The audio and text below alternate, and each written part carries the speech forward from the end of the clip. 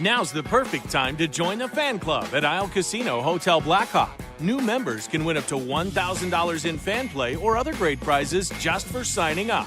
Everyone's a winner and membership is free. Plus, provide a valid email address and you'll receive $5 in free fan play.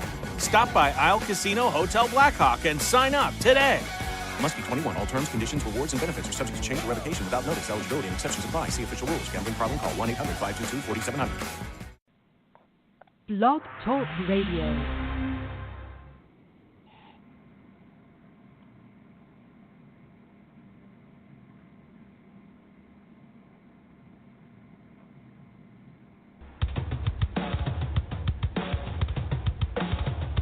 You're listening to Wide Men Can Jump on the Wide Men Radio Network, located at blogtalkradio.com/Wide Men Can't Jump. We're brought to you by the law offices of Stephen P. New, WowFreeCam.com, and Facebook.com/MakeupKennedy. You can check us out anywhere and everywhere you find podcasts. Now, for the hosts of your flagship program, here's Tom Robinson and Nate Bush. What's up, everybody? What's up? It's Nate. I'm back with my co-host, TR, and we are already joined by our first guest, ladies and gentlemen, Mr. Tom Moore of the Bucks County Courier Times. Tom, thanks again for jumping on with us. Sure. Thanks for having me, guys. Well, hey, Tom, we want to dive how you right doing? in. Go ahead, TR. I'm doing all right. I am ready to go. Let's fire away. Cool. All right. Well, you can start it out, Nate. We do want to talk about the Philadelphia 76ers, and you've been covering the Sixers for around 30 years, maybe a little more. But the Sixers just got rid of Brian Colangelo after the burner accounts and all the drama going on up there in Philly. What have you heard, if anything, from the Philly front office? Who's gonna be the guy that they're gonna look to try to maybe right the ship here? And do the players have issues with the front office now that they know that what was going on with Brian Colangelo, whether it be he or his family? Yeah, it's a very interesting scenario. I think that was part of the issue. I think the comments that apparently were the burner accounts, the critical comments, and so on, were Brian Colangelo's wife, Barbara. But logically, that would mean they originated from Brian, and there were some critical items about everybody from Brett Brown to Joel Embiid to Markelle Fultz, and then past Sixers, Nerlens Noel and Jahlil Okafor, and so on. So I think that was going to be an issue, and I think even if Brian Colangelo did not know anything that his wife was doing this until the very end, I think that would have been difficult for him to keep the job. I think appointing Brett Brown as the interim GM, and I think giving some I think in the short term is a really good idea, because who better knows than Brett Brown what they need in terms of who fits the style of play that the Sixers are married to. They really need wing players, athletic wings. I think they were exposed in the Celtics series that the Marco Bellinelli especially, and JJ Redick to an extent just couldn't hang with the more athletic, quicker wing players, shooting guards and small forwards of Boston. And I think Brown, the next 2 weeks will kind of lead the way in terms of the draft. And then 10 days later, the free agency begins. And, you take your best shot at LeBron James and perhaps Paul George, and, see what happens there. But, I think they're going to look inside with Mark Eversley, who's the VP of Player Personnel. I think outside, you have some good candidates. Obviously, Mike Zarin, the VP of Basketball Administration, the number 2 guy with the Celtics, Danny Ainge's right-hand man. I think he's very intriguing. I read and I did not know this, but he was apparently offered the job in 2013 and turned it down before Sam Hinkie was hired. He's a very has a Harvard Law degree. He is really into analytics and that type of thing. He's also a salary cap expert. He's also the team counsel. So he wears a lot of hats and is very highly regarded, around the league. You have David Griffin, the former Cavs GM, who left there a year ago. There's people like Elton Brand, but he just spent 1 year with the G League team in Delaware. I think it might be a little early for him to make a jump like that. Maybe he would need to be a number 2 or number 3 guy at the next level. But yeah, and Brandon Williams, who was with the Sixers for a number of years and was the assistant GM with the Kings last year. Those people, I'm sure there's a bunch of others, but off the top of my head, that's a list of guys that I think, merit consideration and I think, would fit well here. And Brandon Williams and Eversley obviously have worked with Brett Brown, so they already know Brett Brown. They have a working relationship, with him. So, yeah, it's a really, really interesting time, and there's a lot going on. And, Brett Brown has more say than ever, but he, as I wrote in a column last week, he can help the Sixers and he can help himself during this process. Oh, that ugly word.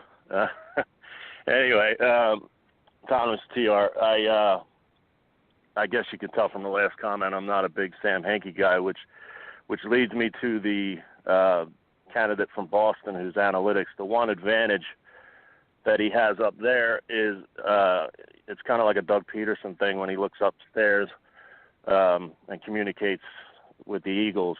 They have an analytics guy and a football guy, and in Boston they have, Danny Ainge is a full-fledged GM who's completely a basketball guy, and then they have the analytics guy. I'm tentative on giving the reins to a full analytical guy, but out of the candidates you just named, his resume probably is the strongest.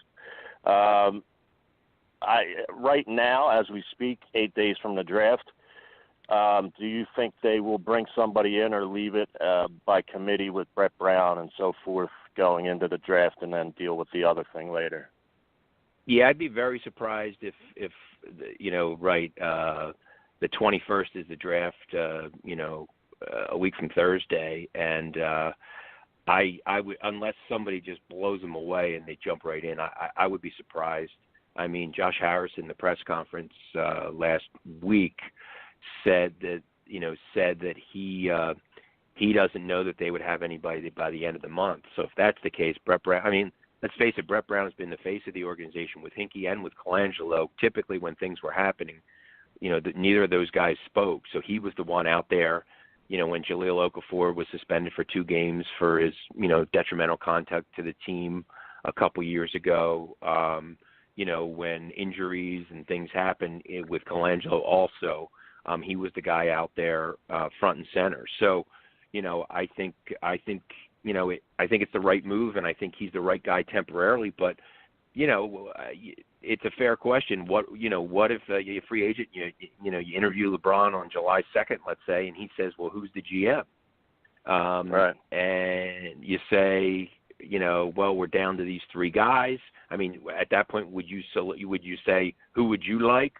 Who is your preference? I think he can pretty much play for anybody, but at a certain point, you wonder. And another thing is, people say, well, the Sixers need to, kind of make their roster better to make it more enticing for LeBron. So I understand that, but here's an example. The Sixers really need to dump the salary, dump the contract of Jared Bayless. He's under contract for $8.5 million next year. He's not going to play, and they would need that space to sign LeBron. So somebody had suggested trading him and a protected first-round pick to the Cavs for Kyle Korver. And next year that would be fine. But the problem is if LeBron doesn't come here and you don't get Paul George, which I would be surprised if they get Paul George. Kyle Korver is under contract in 2019-20 in 2 years for $7.5 million. Jared Bayless's contract is up. So now you don't have the money to offer a full max deal if you're going to go after Klay Thompson, who probably will re-sign with the Warriors, but you make the call anyway. Or if Kawhi Leonard, whether he gets traded or not, if he doesn't sign an extension, he'd be a free agent in 2019. And he's certainly a top 10 player in the league. He would fit, but you wouldn't have the space to do that. So you need to be smart if you want to make better. You can't tie up too much money beyond this upcoming season, or it could hamstring you for the possibility of signing someone in 2019. And then the thing is, in 2020, Ben Simmons is due for a contract extension. So once he gets a contract extension with him and Embiid, and then Dario Saric would also be due for a contract extension, you're only going to be able to re-sign your own guys. You're not going to have cap space to sign somebody. So that's why this summer and next summer, 2019, are so critical for this franchise. Gotcha. Yeah, it's going to be interesting to see what moves are made in the off season with free agency looming and the draft coming up. One thing, speaking of the draft, the Sixers have been working out a lot of players. They've got a lot of picks. I believe they have 5 picks in this draft. Am I right on that, guys? You guys are the 6. Sixers. They have numbers. Yeah. They have 6. They have numbers 10 and 26, and then they have 4 second-rounders. They will not make all 6 of those picks, and they'll probably stash at least one player overseas, if not more. In my mock draft, I had them stashing 2 players overseas, actually. So it's quite I don't know. possible. They could stash 26. They could stash a second rounder. They could trade them for future picks. They could combine them and move up or whatever. Yeah. Yeah. But if they keep the pick they have right now, it's interesting to look at their needs. They're going to go after LeBron, and they're going to go after everybody, but they need a solid wing player, as you mentioned earlier. I've got them taking Mikal Bridges from Villanova with the pick that they have. I believe it's the 9th pick in the draft. Maybe it's the 10th. I forget which one it is, right off the top of my head. But that's who I have them taking in my mock draft. But what say you, Tom? Who's the guy that you think the Sixers will end up with? Depending, it's the 10th pick. Depending on who's available at 10. Right. I mean, I think it would be one of the M.I. Bridges. Both Miles from Michigan State and Mikal from Villanova are. I've seen Mikal slotted to go anywhere from 7 to 11. And Miles from like 8 or 9 to like 12 or 13, so they're both kind of in that range. I've actually got Miles going. I got Miles going right after him, so. Yeah. So I got them together myself. A 2-guard. Yeah, he's more of a 2-guard. He's a little smaller. He's a 6'4", 6'5", than Mikal, who's 6'7". I think Miles is maybe more NBA ready at the offensive end. But I think Mikal is more NBA ready at the defensive end and is a better athlete. So I think it kind of comes down to, what you think is the best fit, what you're looking for specifically. I mean, Mikal is 6'7", but his wingspan is 7 foot. So, he certainly he can certainly guard 2s and 3s and maybe even beyond 2 positions. I wrote something like a month ago, and I'm intrigued by Michael Porter Jr. I know he only played in 3 games. He had, back surgery at Missouri, but he was the number 2 rated player in the high school class a year ago coming out of high school. If he's still on the board at like number 7 or number, I would be tempted, assuming I've done my due diligence and I find out there's no real worries with the back, that everything is fine, that it's, there's no lingering effects or no reason to worry going forward. I would certainly be willing to, trade 10 and 26 for, to try to move up to 7 or 8 and get him if I think that he's healthy, because I just think he has a lot of skill and a lot of upside. But in terms of Miles, I think Miles is a little maybe more of a safer pick. Miles a little safer pick. I think Mikal has potentially more upside, but I think if he doesn't develop offensively in terms of being able to create his own shot and handling the ball better, that he may not be. I mean, he's sort of the prototypical Mikal, the 3-and-D guy. He's a 3-point shooter and looks like a pretty good defender. But can he can he develop be a better ball handler and create shots for himself and for his teammates? And that was another thing that showed in the Sixers-Celtics series. The Sixers didn't have a lot of guys. Really, the only guy they played who could create a shot for himself or anybody else essentially was Simmons. Fultz didn't play since he regressed and really struggled in the Miami series. So they really need guys who can create shots for their teammates and not have to kind of run plays all the time, or at the end of the game when you need something, they can do it where you can get a decent shot off, which sometimes is an issue with this team. But I think Mikal being familiar with the city would also help where he went to Villanova. I think maybe that might play a little factor into it as well, just in my opinion on that. Well, he's also. I mean, he's from Malvern. He went to Great Valley High School. He spent essentially his whole life in the Philadelphia suburbs. So yeah, I probably did 11 Villanova games this year between the Big East and the regular season and so on, and got to see him play a lot. He really took a big step forward from his sophomore year to his junior year. I think he has a lot of potential. As I said, it's just a question of how much he's willing to work and, develop a better mid-range game and as a ball handler, because you're going to need him if he's a two guard to be a secondary ball handler. And, if he's not able to do that,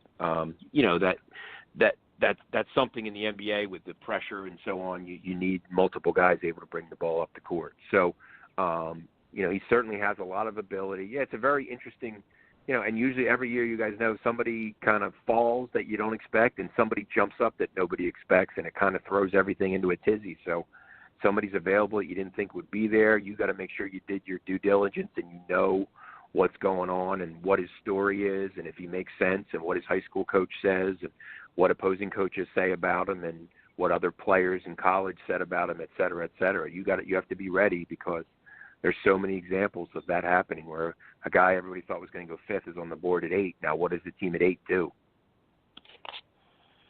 Yeah, I've been following who they brought in to work out, and it's like a veritable who's who, and it's making my mock draft board go crazy because partially just like Nate's from West Virginia, and he's a big Javon Carter fan, and he sold me on him. So I personally want them to keep both first-round picks. And as you said, see if someone falls, et cetera, et cetera. As far as Michael Porter Jr., I was a big I've always been a big McDonald's game, and I've always dialed into high school towards the end of their season to, check out the potential prospects and what have you.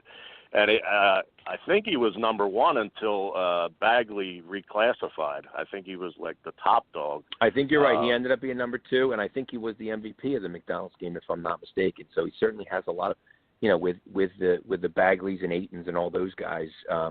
So he certainly has a lot of ability and a lot of upside. Didn't play much. This year re-injured himself in his first game and then didn't play until the SEC tournament and then in the one NCAA game, and that was it.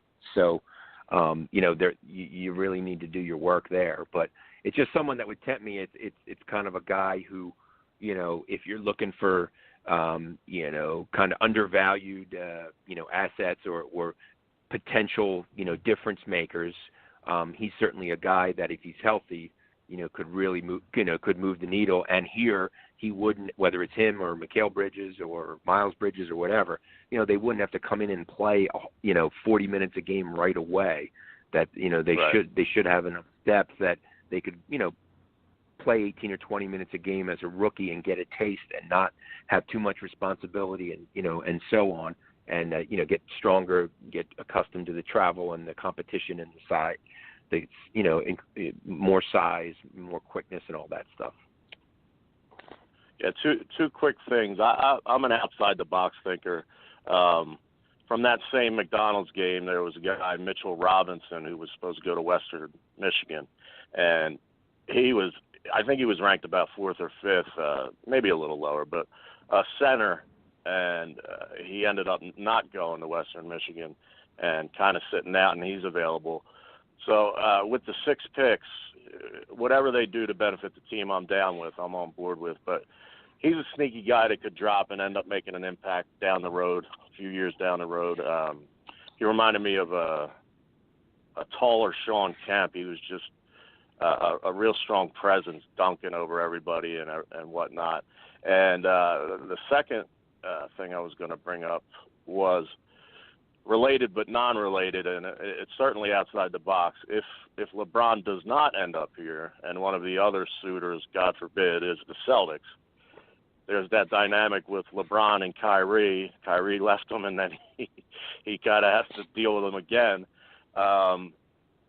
Is there any chance in this wacky world of off-season that Kyrie Irving could somehow end up in Philadelphia if LeBron ends up in the Celtics, in Boston rather?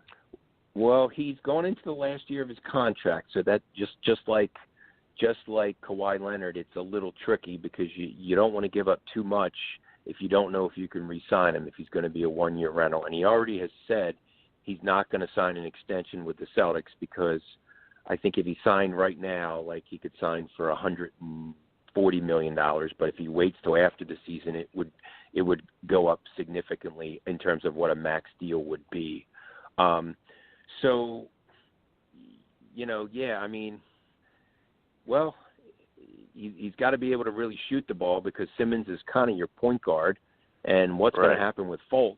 You'd have a lot of ball handlers. It would depend, if you could get him on a discounted deal or depending what it would cost you, that would certainly be something that, you would consider, for a year, depending what what they would take in return or what you would do.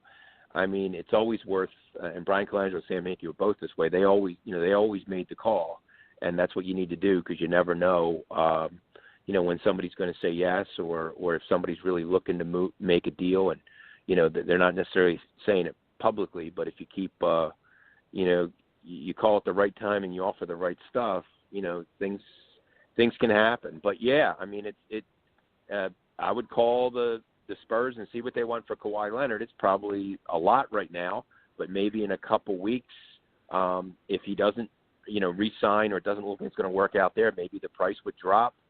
But again, he'd be a free agent in 2019. So if he's not willing to sign an extension here, you can't give up, 2 starters and the 10th pick for a 1-year rental. It's not worth it. So that's the danger in guys like, Kyrie and Kawhi Leonard that, you could end up with nothing next summer at this time next year in, 12 and a half months. They could leave and you get nothing in return. So kind of it makes it a little more complicated, and you need to really be careful given those factors. One more, Nate. Go ahead. Great point on that, Tom. And you've kind of just educated me and sold me because of the key factor of the gentleman from Boston. You did end saying that he's a salary cap expert, so he's just moved up into my personal rankings as far as potential GMs, because that's obviously a huge factor. You need somebody who knows how to work those numbers. So thank you for educating me on that point. Oh, sure. Well, thanks. I just, I don't know. I mean, I'm sure there's a lot of really, and the thing is, there's a lot of decent general managers out there, but to be different and to be really good, you need somebody who's going to move the needle. Danny Ainge has moved the needle. Look what he's done in Boston. You need somebody here who's going to be able to make deals that really benefit you and help your team both in the short and the long term, which is not easy to do, but that's what the Sixers need. So if they can find somebody who they think can do that for them, that should probably be their pick. And I could see Brett Brown still being in charge the first or second week of July if they don't have who they want yet, or there's a second round of interviews or whatever. And, rumblings are that a lot of, even GMs around the league are interested because, it's a team with 52 wins, 2, core pieces, Embiid and Simmons, that, look like they could be, top 10 or top 15 players for years to come. So, and the East really after the Celtics, right, especially if assuming LeBron leaves the Cavs, there isn't a whole lot in the East. So the Celtics, are the standard that, you have, and the Sixers, by losing to them 4-1 in the Eastern Conference semifinals, they have an idea of where the Celtics are and where they need to get and what they need to improve. Right on. Tom, do you have time for one more question? All right. Yep. One more. Thanks. All right. Well, this will be the last one. Again, thank you for coming on, and we really appreciate your time with us, and you're one of the best when it comes to reporting on the Sixers, and thank you so much again for your time. But J.J. Redick, Marco Bellinelli, Ersan Ilyasova, all their contracts are up. Do any of them, or more than one of them, end up back with the Sixers next season? All right. Well, let's say LeBron does come here, just for argument's sake. You would be capped. You would be at the salary cap limit. So the only salary cap exception you would have would be a mid-level exception for about $4.55 million. I would offer that to J.J. Redick. I don't know if he would take it, because even if LeBron's here, you still need shooters. So I would try to get him to come here with that exception. If he doesn't come here, then I would go, maybe Avery Bradley or somebody. You really need a shooter at that two-guard position. Now, if LeBron doesn't come here and Paul George doesn't come here and you can't get Kawhi Leonard in a reasonable trade, you could choose to do what Brian Colangelo did last year, in that you could take – right now the Sixers have like $25, $26 million in cap space. You could use that on one-year players. You could give J.J. Redick, $13 or $14 million for 1 year to come back. And my next priority would be Ilyasova among that group. You could give him $6 million or whatever it is. They do need a backup center, and Ilyasova kind of played that role to a degree, but they need a bigger guy, a backup center, somebody who's, 6'10" or bigger and, is a factor in the lane or whatever. So that's something that maybe you would throw $3 or $4 million at somebody there, for a year. And then the idea would be next summer in 2019, now you make your run at Kawhi Leonard theoretically, or perhaps Klay Thompson. But Bellinelli, I think, for the crazy shots that he made, and he certainly was an upgrade offensively off the bench. I think the Celtics really proved they really took advantage of him at the defensive end. So I think you realize if you're going to upgrade, if you're going to advance past beyond the second round, you're going to need to get more athletic wings. I mean, the Jaylen Browns, and the Jason Tatums and those guys. Marcus Smart's just abused Bellinelli and J.J. Redick. And I think you can live with one of those guys, but you can't have too many of those guys on the court at the same time. You just can't overcome that, the lack of athleticism and foot speed. So I would say Bellinelli, it's time to move on regardless of what happens. My first priority would be Redick either way, whether LeBron comes here or not, depending on what he's looking for. He got $23 million for this past year, so maybe he'd be willing to come if he thinks they have a chance to win a title. When LeBron goes places, guys tend to be willing to, play for less because they're chasing rings. They know wherever he is, you're going to end up in the finals, which has happened, the last 8 years in a row, if I'm not mistaken. So, yeah. But yeah, Ilyasova, has value. When Saric struggled, he really stepped in and gave him quality minutes off the bench, and he could play at the end of games. Also not the fastest guy, but, a competent defender, a decent rebounder, stretch the floor, shoot the three, and a pretty good passer and a good teammate, and Embiid likes him. So that combination of factors, and he complements Embiid well as a stretch four. So, I could see one or two of those guys potentially coming back, depending what happens if they get LeBron. All right. Well, ladies and gentlemen, that's been Tom Moore of the Bucks County Courier Times. For 76ers coverage, you can find him on Twitter. What would be your Twitter handle, Tom? It is at Tom Moore Philly. All right, that's at Tom Moore Philly. Follow him. Anything Philadelphia news related, this is the guy, whether it be the Eagles, the Sixers, the Flyers, anything Philadelphia related. Tom's the guy, and thank you again, Tom, so much for jumping on with us and giving us some time. Sure. If I don't know it, I'll just make it up with the Philly team. So thanks a lot, guys. Have a good night. All right, good to catch up.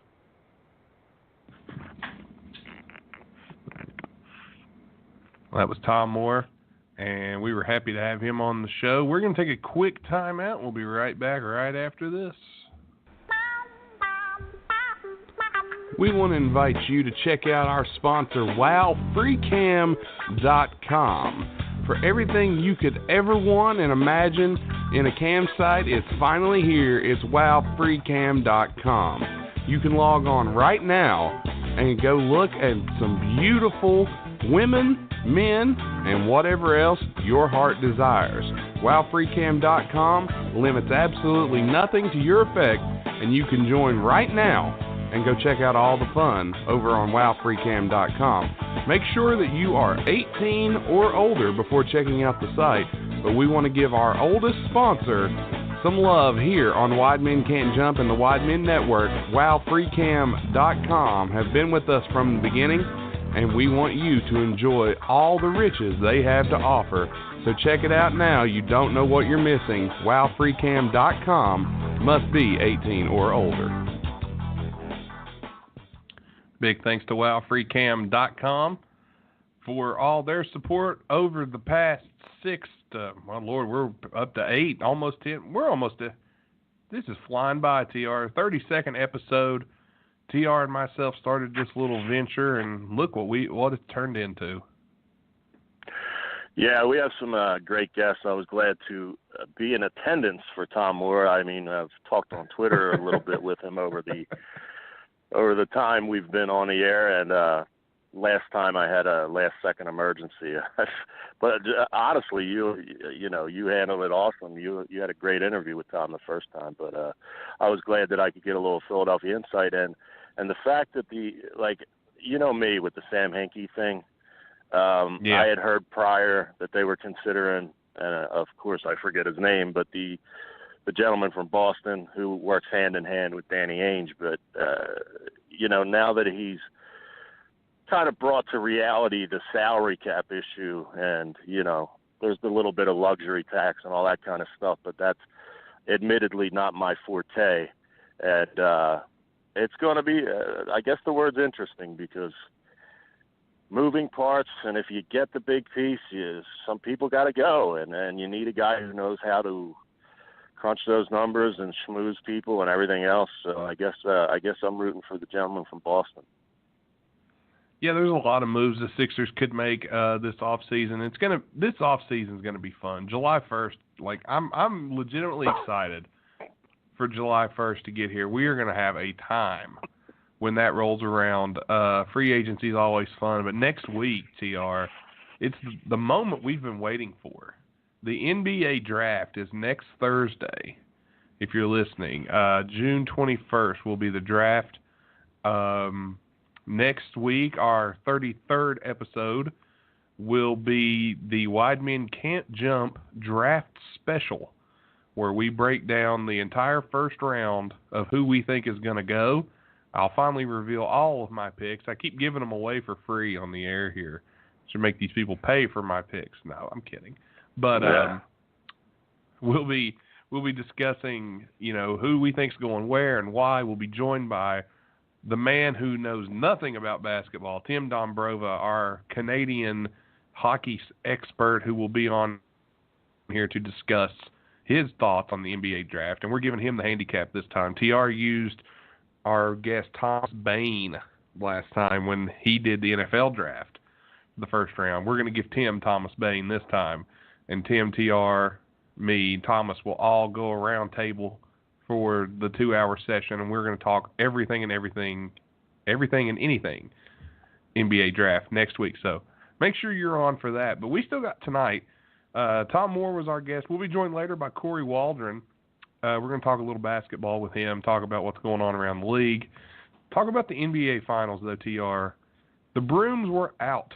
They got the brooms out, and LeBron James is looking at his team, and he's just looking around and just going, "You got me mad now." He's mad, and he looks at J.R. Smith at the end of Game 1, and he's just like, "You piece of slime!" And bless his heart, after a sweep, all you can do is look at LeBron and think,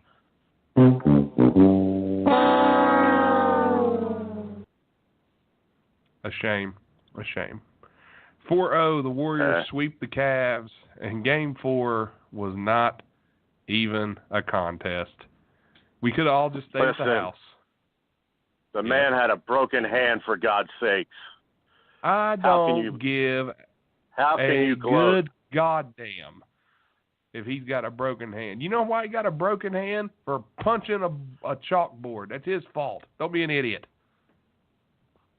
Well, at least it saved J.R. Smith's face. So He should have put J.R. Smith's face. I'd have loved that. I would have loved that. I don't Hit know. Draymond Green while you're at it. I'm 99% sure because I was watching it as it unfolded that your favorite LeBron lover, Brian Windhorst, broke that story because he commented like immediately after the game that, you know, something that like he kind of inferred that he knew all along, like he himself, Brian, knew all along that he says, no, LeBron's not making an excuse. I'm not making an excuse, but it should be reported that he did have a self-inflicted hand injury that he did not want to make public. And I'm not making excuses. LeBron's not making excuses, but here's an excuse, basically. Yeah. I mean, the reality, I was, you know, I people might say I hedged my bet, so to speak. But when you guys put a gun to my head, hypothetically, I said the Warriors, and I said, you know what, the Warriors in a sweep. And, you know, even though actively during the games I was legitimately rooting for Cleveland and LeBron specifically, he won me over, and maybe it's the fact that we are in the possible suitors of his next home here in Philadelphia. But I was really hoping for him. But reality and fandom sometimes don't mix. And yeah, the Warriors I hate to interrupt you, TR. I hate to interrupt you, but ladies and gentlemen, it's background Josh Brown has made an appearance. Holy. Hello. That's Background. That's all he's got. All he's got is hello from a distance. All right, JB, we'll see you next week. Told him we'll see him next week.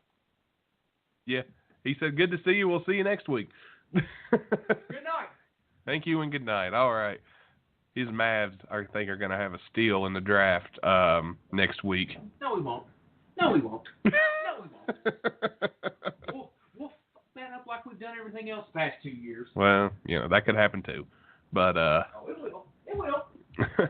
they've got a good spot at 5, so we'll see where they go. But anyway, yeah, Golden State. I didn't mean to cut you off, TR. Just had to make an appearance. That's fine.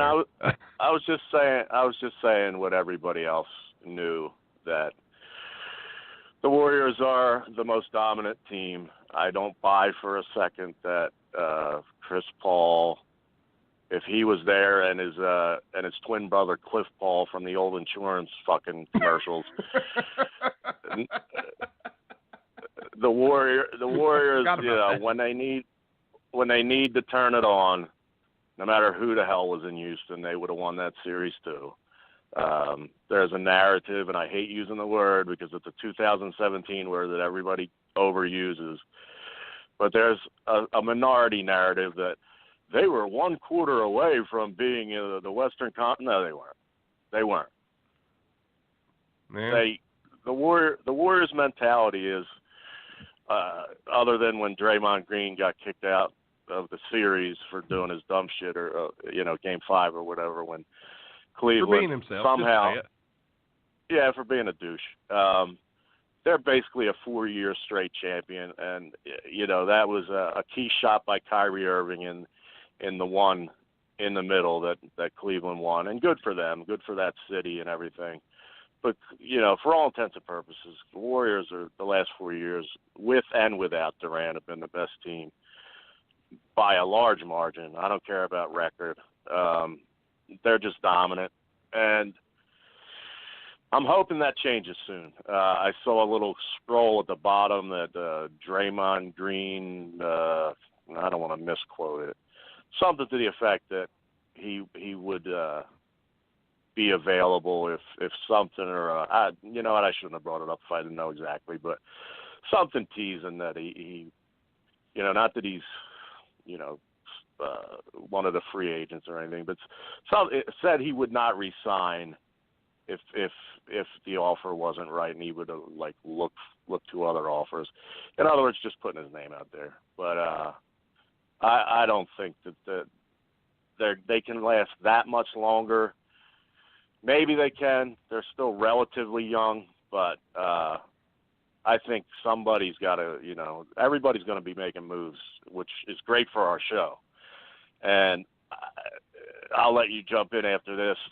These guys, like, that I thought this year coming out, the draft next week and what have you, the guys at the Sixers are coming and working out because they have 2 first-round picks, and it's, 10 and 26 respectively. Bad, man. I thought this class was a down class, but to me it's not. I thought the same thing until I started going through the numbers and looking at the players. Like we discussed, the draft is looking like you're going to get players that are not going to be superstars, and there's not going to be a runaway like superstar in this draft. But man, there are just role players galore all throughout this draft. Yeah. Even in the late 20s and in the second round, TR, there are diamonds in the rough in the 30s. Like, to me, the best defender in the country could go in the 30s. And, of course, I'm a homer. I'm biased. But Javon Carter was the Defensive Player of the Year. He is projected to go in the 30s, in the second round. He's the best defender in college basketball. There's going to be Mitchell Robinson is projected, the center that you talked about. He's projected to go in the 20s. He may not. Some drafts even have him going outside of the first round. He's a 7-1 All-American. I don't know what he did in that one season, but he was a beast in that McDonald's game and the highlights of his senior year in high school. Well, he took the year off and just prepared for the draft was all he did. That's all the dude has done, is get ready for the draft. He's going to be an interesting player to see where he ends up. I know where I have him going, but I won't reveal that until next week because I've given away too many already. But there's a lot of good players. Dante DiVincenzo is projected late first rounder, early second rounder, and you saw how good he was. Jalen Brunson's a good player that could show up. There's a few foreign players that are really, really good in this draft that could really make an impact. This draft could be a lot deeper than most people are expecting. So who knows? The draft's going to be interesting. Yeah. It's going to be fun, but I did find the Draymond thing you were talking about. I will give you some quotes here. Draymond Green will not sign an extension. He wants a max deal. That's what it was. So Draymond Green signed a 5-year deals. Yeah.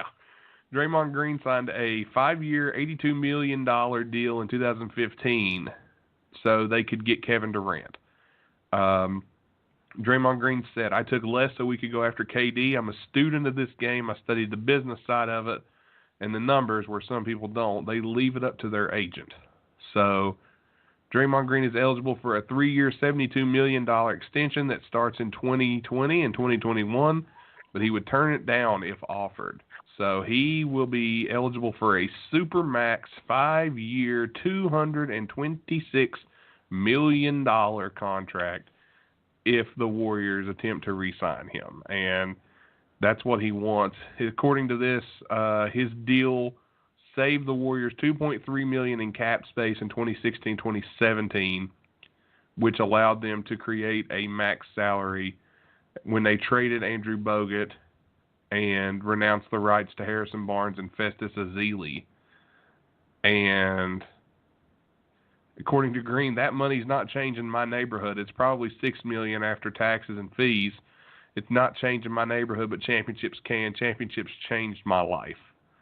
So Draymond Green is after a super max deal. He's after a max contract. Hey, Draymond Green, you're not worth a max contract. You're a fourth man on a team. You're not worth that money. You should be lucky you got the money you got. Jesus. In the current state, I agree, but we do not have a crystal ball to see what transpires over the next couple of years. I would lean towards his production will go down by that time, but who am I? Well, I'll say this. The Warriors general manager was quoted as saying he will give Kevin Durant whatever Kevin Durant wants to stay. Kevin Durant is back-to-back finals MVPs. Despite whether you want to agree or disagree with that, it's true. So my thing is, how are you going to have Stephen Curry, Supermax deal, You got Klay Thompson coming up next year. Kevin Durant's going to get what he wants. Somebody's got to go. If Draymond Green wants a Supermax deal, he's got to go. If I'm the Warriors, I'm making that call. I'm not doing what the Thunder did and getting rid of a James Harden and keeping a Serge Ibaka when I can keep my Klay Thompson, my Kevin Durant, my Steph Curry. You can lose Draymond Green and still be dominant. You can. Yep. He's not worth that money. Agree. And you know, TR, I'm begging. I am begging someone to take him and give him that ridiculous contract so we can watch him fall on his face, so we can see the holes in his game. When you say, okay, superstar, you want to be worth this money? Lead us. Take us to the playoffs. He'll be fishing come April. I'll be I'm hoping. I can't wait just to see if I'm still alive. But anyway, no. Well, we all hope that you are. Yeah, I don't have anybody probably not all of us to co-host this thing with me. Tim better start reading up on basketball history, I guess. No, College Jeff in here as the backup or something. There you go. But yeah, I feel rejuvenated as far as NBA basketball goes because, we just briefly touched on it and we beat it to death last week. The NBA Finals. 4 years in a row, same two teams. Enough already. Yeah. Like and I don't think it would have played out that way. Over. Yeah, I don't think it would have played out that way had injuries not, reared their ugly head, and you can't avoid them. But it just didn't seem to happen to the Warriors ever, other than what's his name? I'm saying Steph Curry. Legendary. Legendary. That's Steph the Curry. thing. That's the thing. The Warriors can lose a guy. They can go in missing a player because they have two other guys that can step up. Any of those guys can score 35, 40 every night. They have pure scorers. And let's not discount. I know the Warriors are more than just three guys. You can't discount guys like Sean Livingston, who played exceptionally well in the finals. You can't of course, Draymond Green's a good player. I'm not going to say Draymond Green's not a good player because he is. He's a good player. Is he worth a Supermax deal? No, but is he a good player? Yes. They got Iguodala back in the finals, and that helped. You have guys like Nick Young who can just shoot the lights out when he needs to. He went from, I believe the quote was, he went from getting snitched to winning chips. I think that was the quote from winning championships. It was I went from getting snitched on to putting rings on. That's what it was. That was the quote of Nick Young. Good old swag. But they're more than that. Kevon Looney, who is a good presence on the inside. They've got these players that all play well. Jordan Bell and guys like that. But you got to have that driving. They got Jordan Bell, the last pick of the first round or whatever. Yeah. If he was playing for not any other, but I'd say 20 other teams, he could have started. A lot of rookies started this year. Well, here's the thing. A lot of the rookies that you see, and we call them busts, and those high first-round picks is because they come out and they have to play immediately. If you're taking a guy in the top 5, you better be ready to play him immediately on your team, unless you I agree. Traded for, kind of pulled like Boston did and got Jason Tatum. But if you've got that guy, you're going to have to play him because he's got to make an immediate impact. You're depending on this top pick to help turn your franchise around. You can't take a project. Now, if you've got a late pick, you can and you've got players on your team that can help develop. You only get better by playing with players that make you better. That's why you see guys that go to San Antonio, guys that go to Golden State. They play with these guys every single day. Jordan Bell plays with 3 of the best players in the world, 3 of the top 10 in the league right now, every day. Yep. He's at practice. He's guarding these guys. He's playing with them. They're giving him pointers. He's going to They're get guarding better. him. Yeah. Exactly. It's the old Alex Smith, Aaron Rodgers argument from the NFL. If Aaron Rodgers would have got taken first and went to that awful 49ers team, would he have been as good as he is now? Or would Alex Smith look like Aaron Rodgers does now because he sat behind Brett Favre and learned how to play the game? I mean, who knows? But that's what it comes down to. If you're on a team with good players, you will improve because you're playing against better players. That's the only way you can get better. That's why guys improve. Yeah, I pretty much guarantee whether he stays there or goes somewhere else, they'll be like, damn, this guy's good. You know, and yeah, and everyone's like, how did we if they lose lose this? some moving parts. Yeah. Meanwhile, he's already got a ring, and he's already, you know, and Kevin Durant was on Jimmy Kimmel, and it seems consensus. He asked him, you know, who had the biggest party or what have you, and he's like, oh, without batting an eye, he said Swaggy P. He said we'd be in towns like, you know, Milwaukee and, you know, nothing against Milwaukee, but like just non-traditional like party towns, like not party towns in other words. Milwaukee could be a party town. You know, they do have all the beer factories there. Well, but I understand what. True. But as far, he mentioned several of the towns, not, in other words, not New York and LA. Or, yeah, there was one. Smaller market. There was one too, and he said at any time we could be anywhere, and somehow Swaggy has his shirt off at a nightclub, and so he's enjoying. He's enjoying his time in the NBA, whether it be a starter or the bench. He just loves the road. He'd probably make a good old school pro wrestler, Swaggy P. Yeah, he probably would. That's true. But before we move on, go ahead. Real quick, I forgot to ask Tom, and now I'm pissed. I don't know how. I think it broke earlier. It broke earlier today from the Ringer again that. Mm-hmm. The word was after Fultz. You remember I was like gloating when I told everybody Fultz was not the guy, and then he came in and worked out, and he shot like 1 for 32 literally from 3 points. Yeah, and some people were making excuses that he just got out of a car coming from Maryland and blah blah blah blah blah. And I said no, he's just not the first player in the draft. You know, I couldn't convince anybody till they saw it with their own eyes. But anyhow. The Ringer said more developments as they come, but a great amount of Sixers staff wanted to look at Tatum and even Lonzo harder after that workout, and Colangelo shot them all down. And he said, nope, this is our guy. And, so that now that's a story of – so, Colangelo lost.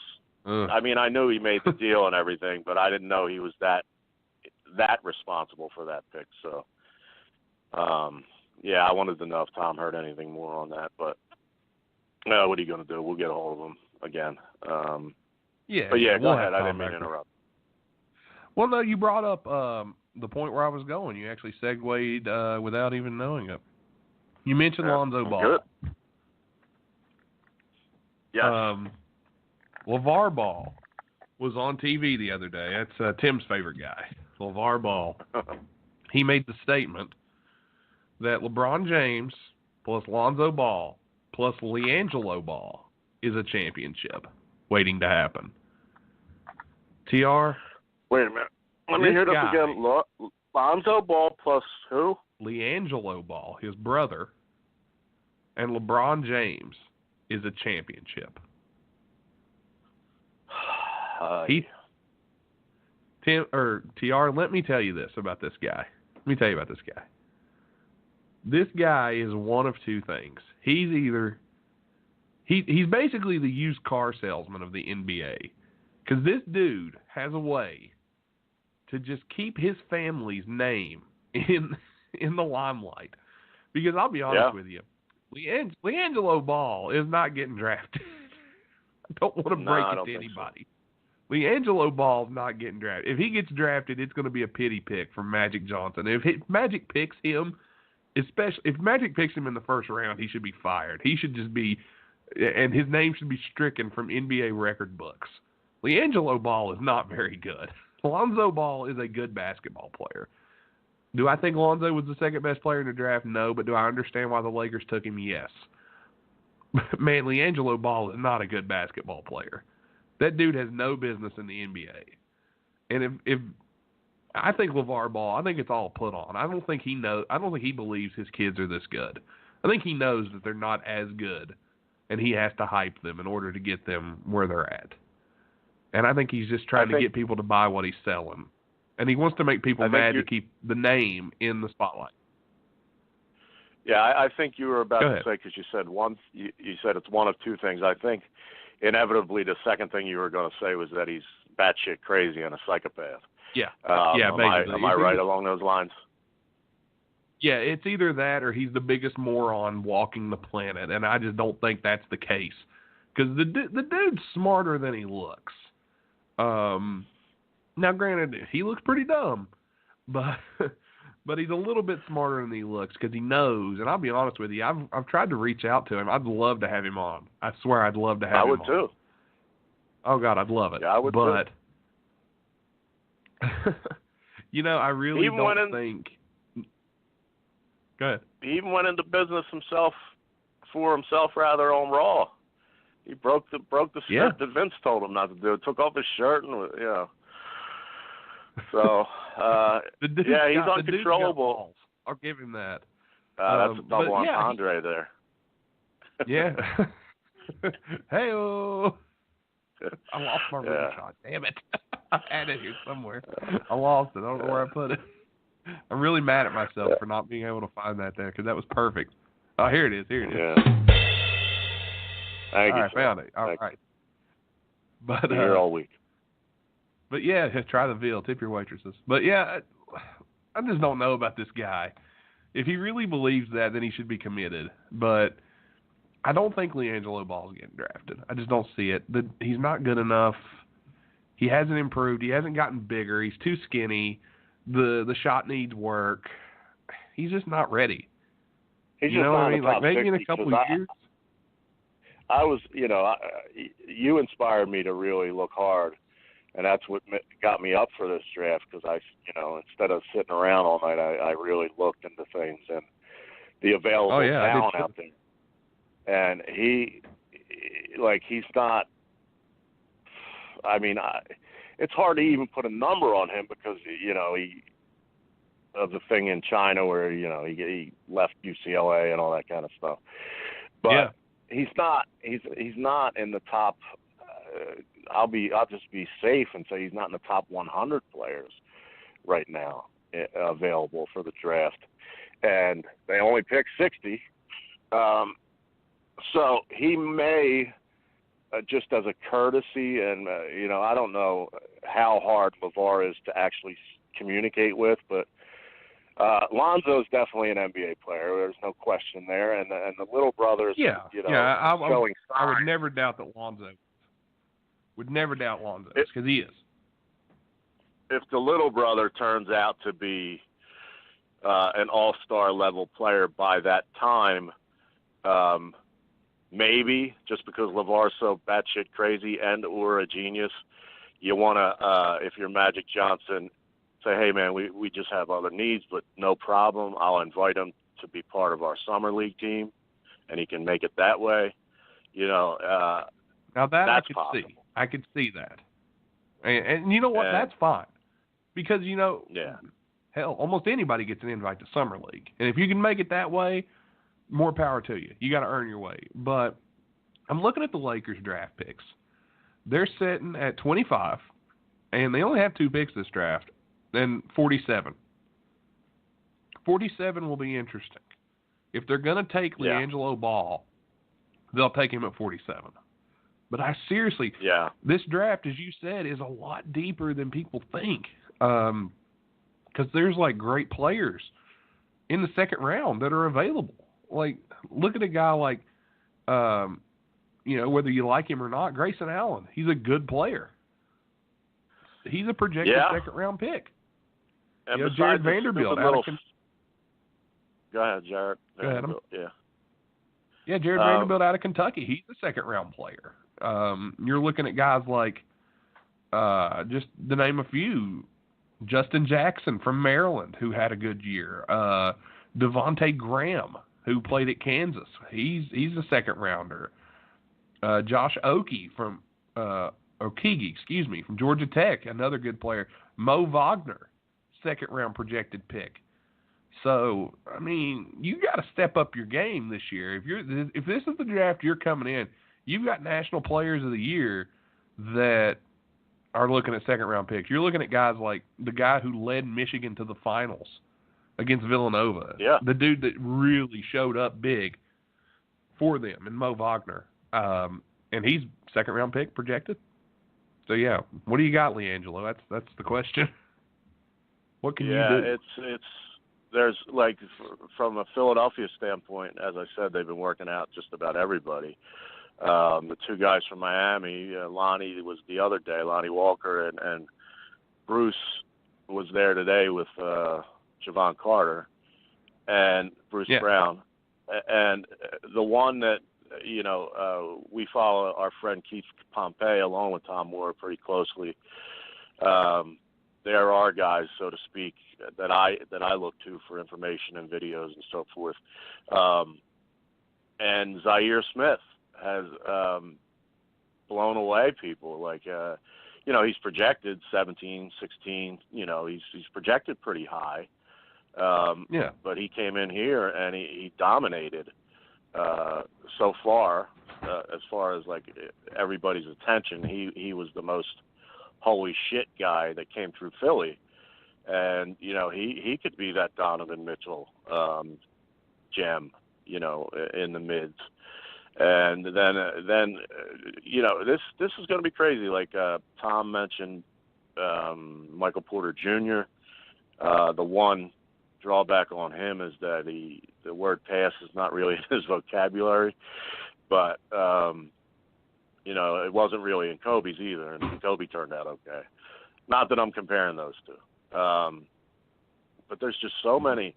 It is easier to have a real good basketball, like 3 or 4 good basketball minds really looking at these guys, and I'll throw in the analytical guy. You know what I mean? I just don't want the analytical guy making the final call. But you put that all together. There's nothing wrong with analytics at all. But you don't want, that's the thing. Like, there's nothing wrong with basketball evaluation. But you don't want everything to just be an eye test. You need stats. Right. Stats are important. You need a good mix. It's like when I'm trying to think of the only thing I can think of to say it is, you need a good mix of both when it comes to, like, even running the country. You need a good mix of both sides to make things work. And you need that for the NBA draft. And you need that for your front office. You don't want guys that only go by the eye test, but you don't need just guys who go by stats only. Does that make sense? You need a little bit of both. Sure. And balance each other. It's a balancing act. So, but we'll dive a little more into that here in just a second. Let's go ahead and take one more timeout here. We got a guest that should be coming on with us anytime, so we'll go ahead and take another timeout. We'll be right back right after this. Have you been injured on the job, facing divorce, or experiencing workplace discrimination? You can rely on a compassionate, thorough representation at New Law Office. That's right, the practicing law of Stephen P. New. He has practice areas of personal injury, automobile accidents, workplace accidents, mesothelioma law, Social Security disability, unfair insurance practices, family law, and employment discrimination. Mr. New is a proud sponsor of Why Men Can't Jump, is a big basketball fan, and also pro wrestling fan in the West Virginia area. Stephen P. New will fight for you and will represent you whether it be locally or nationally. Get your free consultation today by dialing 1-888-692-8084 or visit newlawoffice.com today. Again, that's 1-888-692-8084 or visit newlawoffice.com today. That's right. Thanks to Stephen P. New, our sponsor. Had him on last week. He was awesome. Steve New's the man. We're so glad that he is here with Wide Men Can't Jump. Wide Men Can't Jump, and he is a great dude. Agreed. You still with me, TR? There you are. There you are. Yeah, I'm here. Okay, just making sure. Just making sure. Okay, then you were silent. I thought I lost you.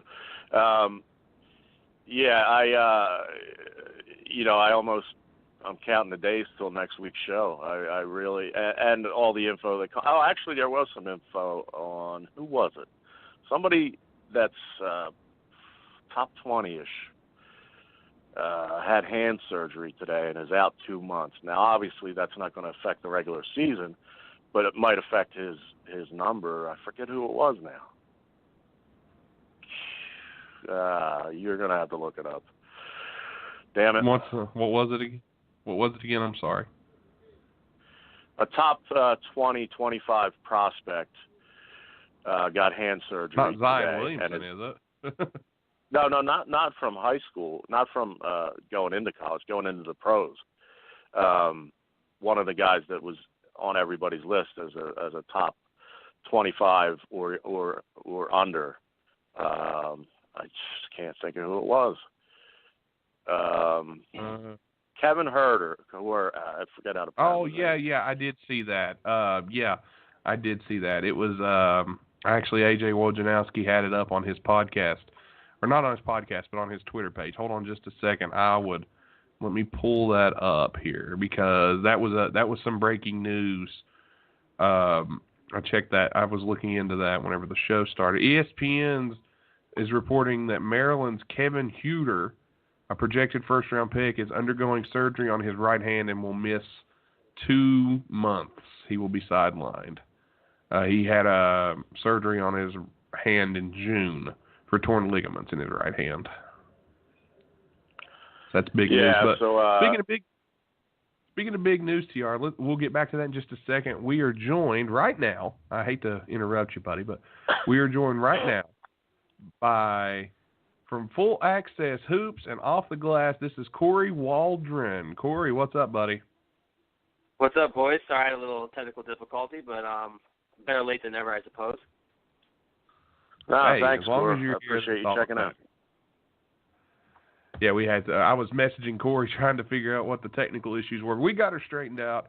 Like I said, Kory is with Off the Glass and does Full Access Hoops. You can check him out online.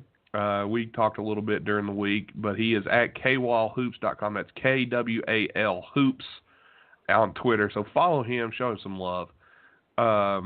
So, Kory, NBA season is over. The offseason begins. Free agency rumors are running rampant. What are you hearing? I know we've talked about LeBron. We've talked about Paul George possibly going to L.A. How about some other guys? Are you hearing any other players that may have new spots next year, like maybe a Boogie Cousins, or is there anyone out there making some waves prior to free agency? I mean, I've heard some rumors, like I don't know how true the rumors are, but, the Wizards may have interest in DeMarcus Cousins, maybe a sign-in trade that sends Otto Porter Jr. to New Orleans, which obviously would address the wing issue the Pelicans have. I think Boogie is kind of one of the players where, he could end up on several dark horse teams, like maybe even the Lakers if they missed out on a Paul George, LeBron James. Maybe they swing at DeMarcus Cousins because they have all the cap space. And I think Clint Capella, I know that the Brooklyn Nets may have some interest in sending him a restricted, they've been known to send restricted free agents a max deals. I know they have some interest in him as well. Yeah, Boogie Cousins is interesting, as is Capella. Two interesting guys that, get lost in the shuffle with the LeBron, Kawhi Leonard, possible wanting out of San Antonio and everything like that. But had Boogie Cousins not had that injury, it would be a lot more fascinating to me. Because then Mirotic wouldn't be there and all that kind of stuff. And Anthony Davis has been on record saying he wants Boogie with him, blah, blah, blah, blah, blah. But, I mean, they seem to have a nice little chemistry, and there's always questions with an Achilles injury. So I like Boogie Cousins a lot, and that'd be an interesting fit with LA. I have a question, just an opinion question. We've been talking. I'm from Philly, and Nate's a T-Wolves guy. Okay. If we were talking to Tom Moore, a local sports coverage 30-year guy from the Bucks County Courier Times earlier about Philly in the off season, and they have to do a lot of mixing and matching and dumping Jared Bayless's salary and everything to get people here. Kind of echoing what Nate said. I think we lost him, TR. We've lost him. Kory dropped. Okay, he's back. Hold Why on. do we always lose people when I'm talking? God damn it. And service issues will You're fine, man. We got you back here. We got you. It's okay. Kory, I'm sure it's our end because it happened one other time as well.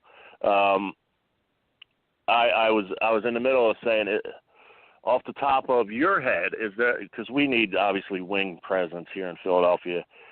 If we shit the bed, for lack of a better terms, and LeBron goes elsewhere, and we don't get Paul George and Kawhi staying where he's staying, anybody you see outside of my market that I'm not really zeroing in on that could help Philadelphia other than those names I put out there? I mean, all right, so if we're looking at Philly, so some of the things that I look at that Philly I think needs, obviously I think Robert Covington is solid and everything else, but some free agents I think could help them is maybe a guy like Tony Parker. There's been rumblings he might not be back in San Antonio. Maybe they bring him back as a backup point guard, as a veteran. I mean, obviously Markelle Fultz is expected to take on a bigger role. They accepted the option today on T.J. McConnell, I believe, too. Right? Yeah. Yeah. So maybe a guy like that. Maybe they go after a guy like Trevor Ariza. They go after a veteran wing. For me, I think for Philly, it's about just getting guys who can play defense and then just more shooters. Obviously, I think the ideal guy for them would be a Paul George.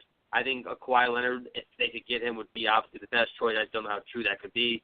I actually don't like LeBron in Philly at all, personally. I think it would mess up what they could have in the future. I'd rather go after guys who can play 3 and D, or maybe a steadier guard, because I don't know if J.J. Redick's going to be back or if he's going to expect big money on that 1-year deal with you guys. Right, I hear that.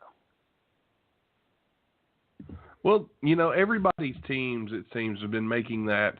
Anybody that's got a $50 in cap space this offseason seems like they want to throw what they can out just to bring LeBron in. Now, me, I'm a firm believer that LeBron holds teams hostage with his max contracts for 1 year with the player option, and he will just go in and decide, you know what, I don't really want to be here anymore.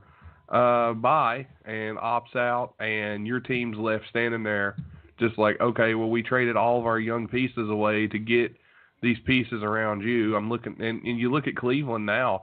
If he decides to leave Cleveland, which most people seem to think he will, especially after the sweep, they have nothing.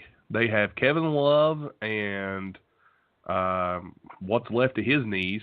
You got George Hill, Kyle Korver, just guys LeBron brought in. Cleveland could end up, if LeBron leaves, Cleveland could end up being a bottom 3 team in the East. That's how bad that team would be after what LeBron gutted, how he's gutted that roster. I've heard Charlotte maybe wants to make a move and get him.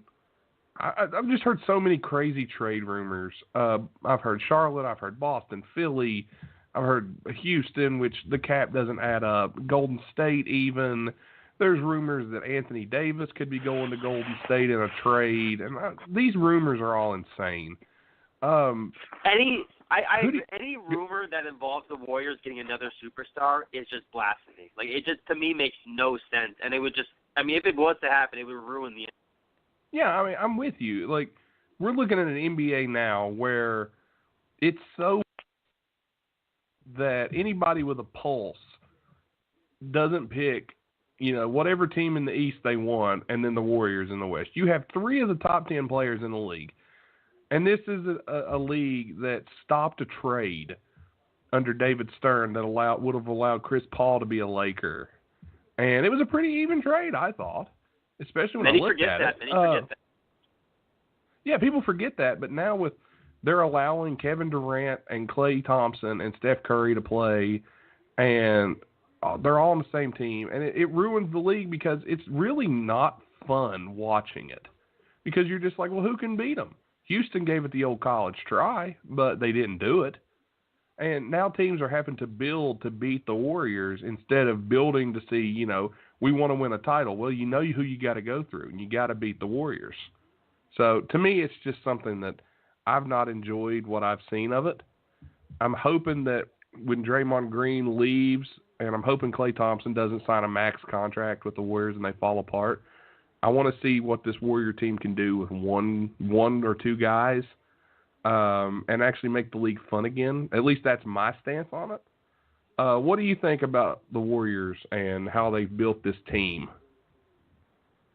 Well, the question is now, is it a dynasty, right? I guess that's like the big question now. 3 titles in 4 years. You bring on Kevin Durant after year 2, and then of course, I think we can all agree. At least I can, that Kevin Durant, him going to the Warriors was such a coward move. Despite winning 2 titles now, it was weak. You were up 3-1. You had the Warriors beat, and you couldn't close out, and you went to them. To me, it's just absolutely cowardly. But I think this year though was the first year we saw them be vulnerable. I think they look lazy at times, and I think for me that this team may get even lazier. We saw them kind of take games off, even in the playoffs against the Rockets. They took quarters off. They think they can turn it on whenever, and right now they can because they're that good. But who knows if Curry's ankles keep breaking down, and maybe a guy like Draymond wants out or something like that. This Warriors team, arguably this could be the last time we see them in the finals. And if you recall, even those great Chicago Bulls teams with Jordan, they didn't make the playoffs. Obviously Jordan took he retired, but they went 3 in a row. He retired. They went 3 in a row again. And even those Lakers team with Shaq and Kobe, going to the finals with the same core and same team more than 4 times, it's pretty rare. Absolutely. We still got you, right, buddy? Yeah, I'm here. I have a question for you guys. Do you guys think that if Chris Paul was healthy, the Rockets win that Game 7, or do you still think the Warriors have it? Because I think if Chris Paul is healthy, and we're talking about Rockets, Cavs, and maybe the Cavs actually have the series. I disagree. I mockingly earlier in the show said that Paul from the commercial and Billy Paul, who sings "Me and Mrs. Jones," could have been there because of the point you made that they take quarters off the Warriors. I don't think the Warriors, when they're down 3-2, even cared. They're just, to me, they're just so much superior than everybody else. It's just my opinion, but I believe they knew full well that they could beat the Rockets and full staff, half staff, 3/4 staff. But we'll never know because he wasn't there. So it's up for opinion or debate or what have you. But which market are you in, Kory? Which market am I in? Yeah. New York. You're a New York guy? Well, no. I'm a Pacers guy. I'm a Pacers fan, but I live in New York. I was born in Indiana, and my family decided to move when I was young, so I didn't really have a choice in the matter. Gotcha. I'm going to go a little. I'm going to switch a little bit because Cleveland and the War. I'm actually. I was going to ask you, are you rejuvenated? Because I'm actually rejuvenated because the couple weeks we were doing the show during the NBA Finals was just kind of like I was hypnotizing myself into rooting for the Cavs and LeBron just to, have some show content and some excitement, and it was a real letdown after Game 1, pretty much. Upcoming draft, Indiana being your squad or free agency.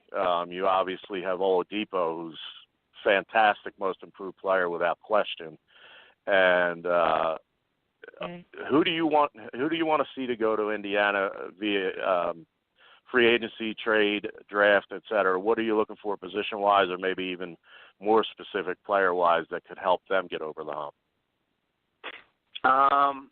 I just want to throw this out there too. If the Cavaliers were lucky, I think the Pacers were the better team in that series. But LeBron James was just so great, and obviously, he is the best player in the league. But looking at draft-wise, the draft pick, I don't see anyone that's going to come in and make a huge impact. Last year they drafted. You got me, Nate?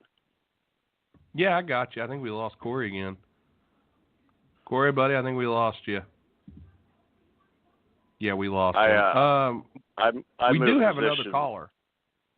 We do have another caller. Hold on just a second.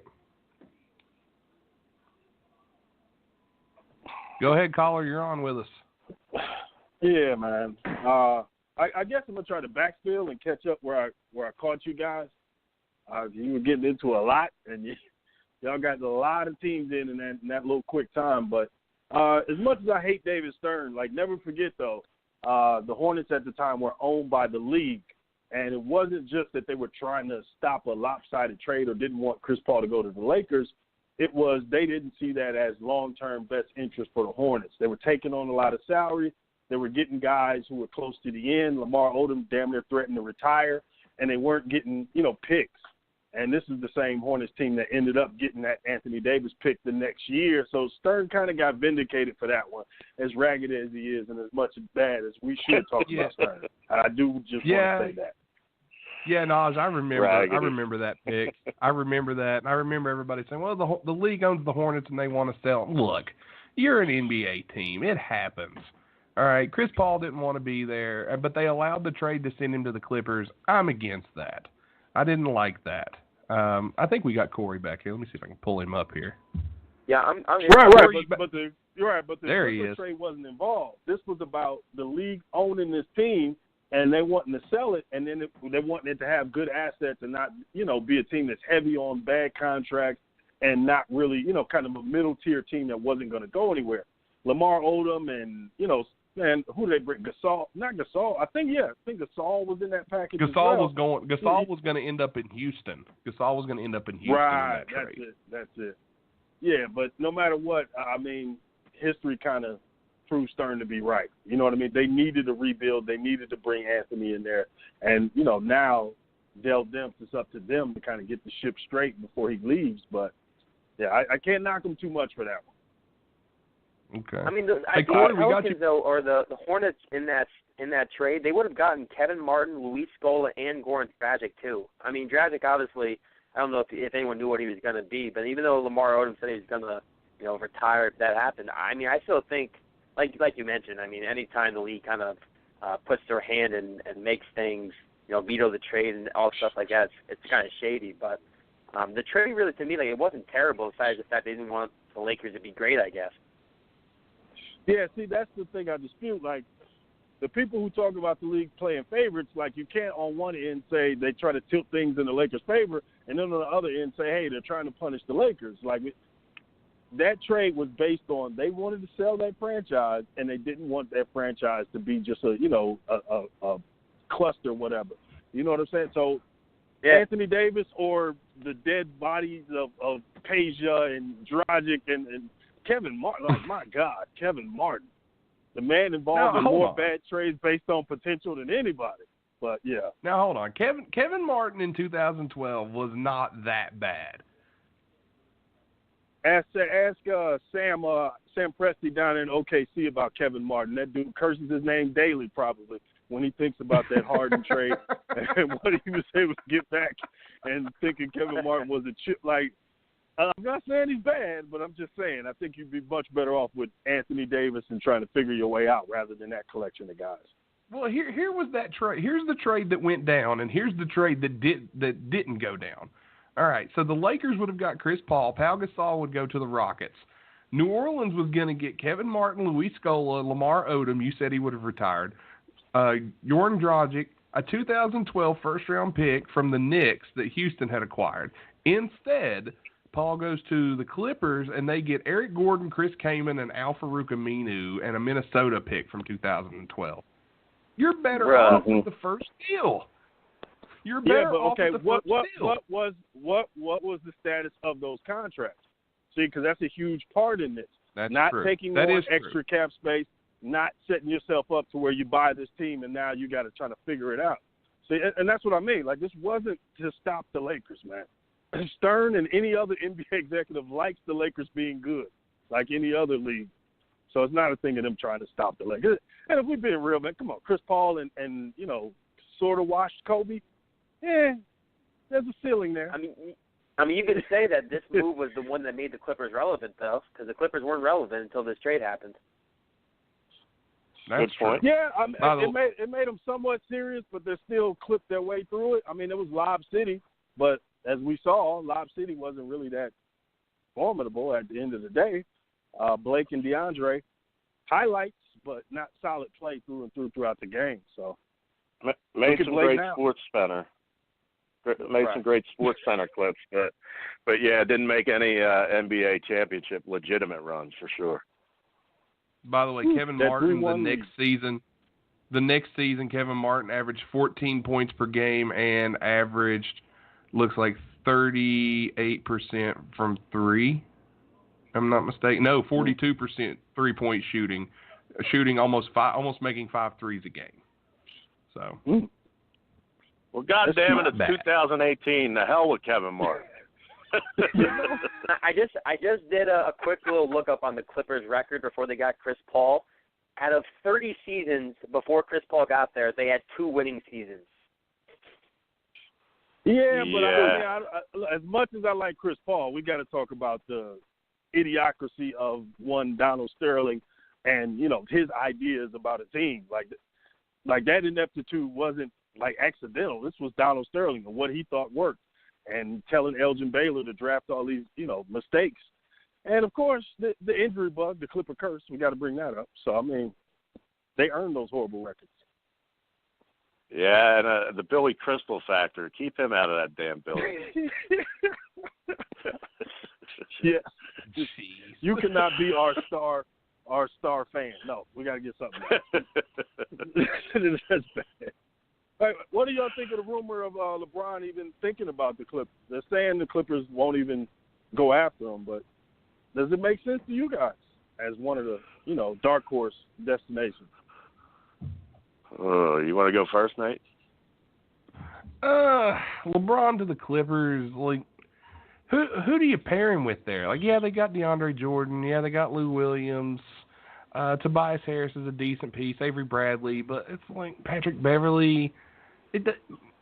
That's not a contender. I would prefer, if I'm LeBron, I would prefer to rather go to a place where I know I'm going to get more money, and I'm probably going to be able, if I go there, to bring Paul George with me, and that's the Lakers. Plus, you got Julius Randle. If they decide to keep him, they got good young talent there. They'll probably get a decent player out of the draft. Nobody amazing, but somebody decent. Lonzo Ball can improve. Brandon Ingram's not bad. LeBron will be able to lure some good shooters there, like really good knockdown shooters, like he always does. He always brings a Kyle Korver or a James Jones or somebody. Ray Allen might come out of retirement. I mean, hell, who knows? Somebody will show up there that can shoot the 3 ball. I don't think the Clippers makes as much sense as the Lakers do, but that's just me. What do you think, Kory? I mean, I think the Clippers, you're hoping for a miracle if you think LeBron James is even going to look at you. I mean, DeAndre Jordan probably isn't going to be back. I mean, Tobias Harris has shown some progress, obviously, but there's too many question marks on that roster, and it just doesn't even look like it's close to being, you know, near a contender. And like you mentioned, at least with the Lakers, you know, you have all those young pieces that can develop further, and the odds are if you go there, there's more likely to be able to bring in like a Paul George or, you know, whatever other free agent might want to come and join him. Yeah, my I'm opinion. Paul or somebody's coming with him. I'm making that assumption, but yeah. I think the only way LeBron goes to LA though is if Paul George goes. It's like a package deal. I think the only way the Lakers get Paul George or LeBron James is if they both go. It's not going to be one or the other. It's going to be both or nothing. Oh yeah, I agree with that. It would be fruitless not to have both or at least a player akin to that level. But my opinion on the Clippers is, and pretty much on the West in general, outside of Houston, as a long shot, I don't think LeBron's going to the West despite Vegas odds, despite homes in whatever city, et cetera, I think he's staying east. And, selfishly, I hope he comes here to Philly. I'm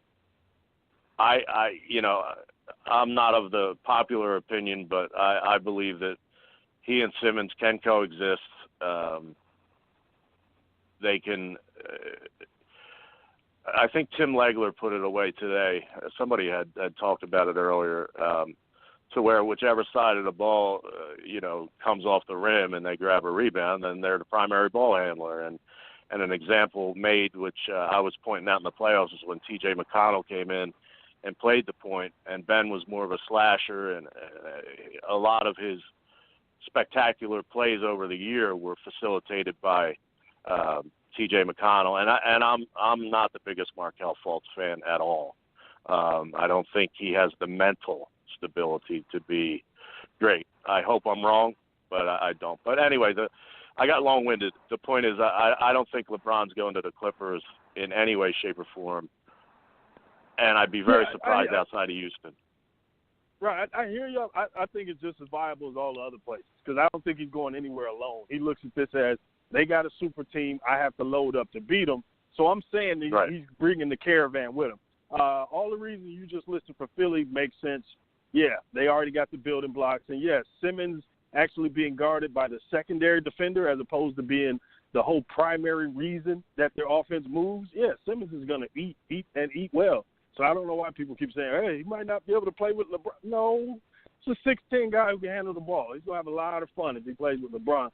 Folks, I mean, hell, at this point, whatever you salvage from his career is worth it. I mean, he's still a talented, quick dude.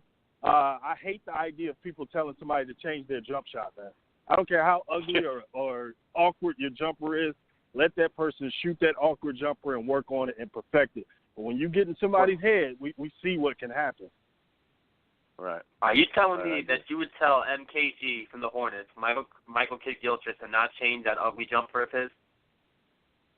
First of all, I wouldn't have drafted him in the lottery. But, yeah, I would tell him to keep shooting the way he's shooting, and he would be the role player, defender, stopper that he's supposed to be, as opposed to a lottery pick project, which that made no sense. Like, he doesn't have the wiggle or the bounce that, Simmons does. So it made no sense to draft him that high. Kidd-Gilchrist puts a side spin on the ball when he shoots. It's the craziest thing I've ever seen. Because I go down to Charlotte from time to time and watch when the Wolves come to town.